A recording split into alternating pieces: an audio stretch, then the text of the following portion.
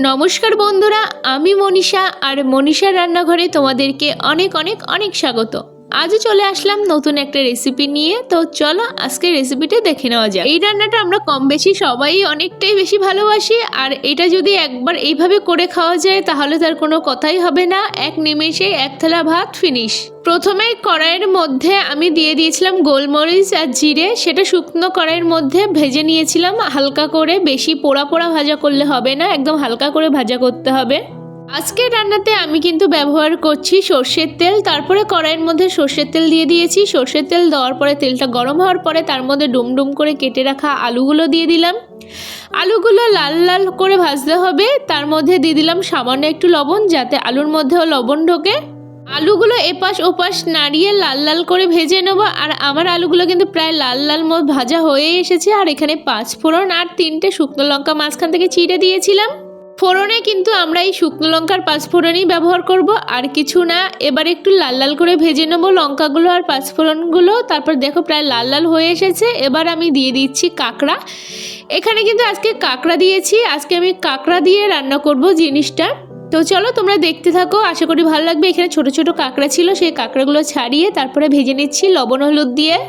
ভালোভাবে নেড়েচেড়ে নিতে হবে বারবার। তোমরা চাইলে কাঁকড়াগুলো আলাদাভাবে ভেজে নিতে পারো, সেক্ষেত্রে তখন ফোড়ন দেবে না, এমনি লবণ হলুদ দিয়ে হালকা করে আলাদা আগের থেকে ভেজে নেবে। কাঁকড়া খুব বেশি ভাজার দরকার নেই, হালকা ভাজলেই হবে।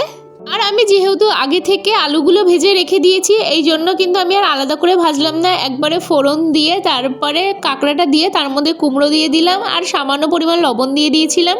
তার মধ্যে কেটে রেখেছিলাম যে পুঁই শাক, সেই পুঁই শাকের ডাঁটাগুলো আগে দিয়ে দিয়েছি, কারণ ডাঁটাগুলো একটু সেদ্ধ হতে টাইম লাগে পাতার তুলনায়, সেই জন্য ডাঁটাগুলো আগে দিয়ে দিয়েছিলাম আর পাতাগুলো আলাদা করে আমি রেখে দিয়েছিলাম।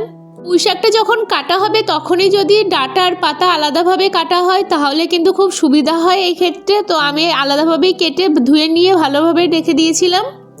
তারপরে কিন্তু আমি সামান্য পরিমাণে লবণ দিয়ে দিয়েছি। খুব বেশি আগের থেকে লবণ দেওয়ার প্রয়োজন নেই, যেহেতু আমি কাঁকড়াতে লবণ দিয়েছিলাম আগে থেকেই। তারপরে দিয়ে দিয়েছি সামান্য পরিমাণে হলুদ। আবারও আমি উল্টে পাল্টে একটু নেড়ে দেবো। নেড়ে দিয়ে তারপরে কিন্তু আমি এবার ঢাকা দিয়ে দেবো। ঢাকা দিয়ে দিয়েছি। ঢাকাটা তুলে আবার একটু নেড়ে দেবো, কারণ দেখতে হবে মাঝে মাঝে ঢাকাটা তুলে যাতে নিচে না লেগে যায়। বারবার উল্টে পাল্টে এরকমভাবে নেড়ে নিতে থাকবো। আর এখানে যে আলুগুলো ভেজে রেখেছিলাম সেই আলুগুলো কিন্তু এবার দিয়ে দেবো। তারপরে আবারও আমি একবার ঢাকা দিয়ে দেবো, যাতে আলুগুলো কুমড়োগুলো ডাঁটাগুলো ভালোভাবে সেদ্ধ হয়ে যায়।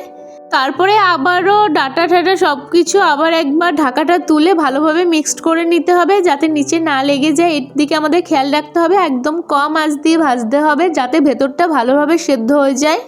তারপরে মোটামুটি আমার 60% সব কিছু সেদ্ধ হয়ে গেছে। তারই মধ্যে দিয়ে দিলাম আমি সেই পুঁই শাকের পাতাগুলো আমি আগে থেকে আলাদা করে রেখে দিয়েছিলাম, এই জন্য কিন্তু আরও বেশি সুবিধা হলো। এবারও পাতাগুলো দিয়ে দিয়েছি। পাতাগুলো দিয়ে আবারও একবার নেড়ে চেড়ে নেবো। নেড়ে চেড়ে নিয়ে ভালো করে তারপরে আমি কিন্তু আবারও ঢাকা দিয়ে দেবো। তারপরে আবারও ঢাকা খুলে ভালোভাবে নেড়ে চেড়ে নেবো, যাতে সারা সবজিটা ভালোভাবে মিক্সড হয়ে যায়। আর পাতাটা দেওয়ার সাথে সাথে কিন্তু পাতাগুলো একদম নরম হয়ে যায়, সেক্ষেত্রে তোমার মিক্সড করতে কিন্তু ভালোই সুবিধা হবে। এইভাবে পুরো ব্যাপারটাই কিন্তু এরকম আমি ঢেকে ঢেকেই করব। আর তোমরা যদি কাঁকড়া আলাদাভাবে ভেজে নাও তাহলে এই পর্যায়ে কিন্তু কাঁকড়াগুলো দিয়ে দিতে পারো। আর আমি একসাথে যেহেতু করেছি সেহেতু কাঁকড়া কিন্তু ভাঙে না, কোনো সমস্যা নেই একসাথে দিলেও। এবার ঢাকনাটা তুলে দিলাম। আর দেখছো কতটা নরম হয়ে এসেছে কিন্তু পুঁই শাকটা। সব কিছু কিন্তু ডাঁটা, পুঁই শাক, আলু সব কিছু কিন্তু ভালোই নরম হয়ে এসেছে।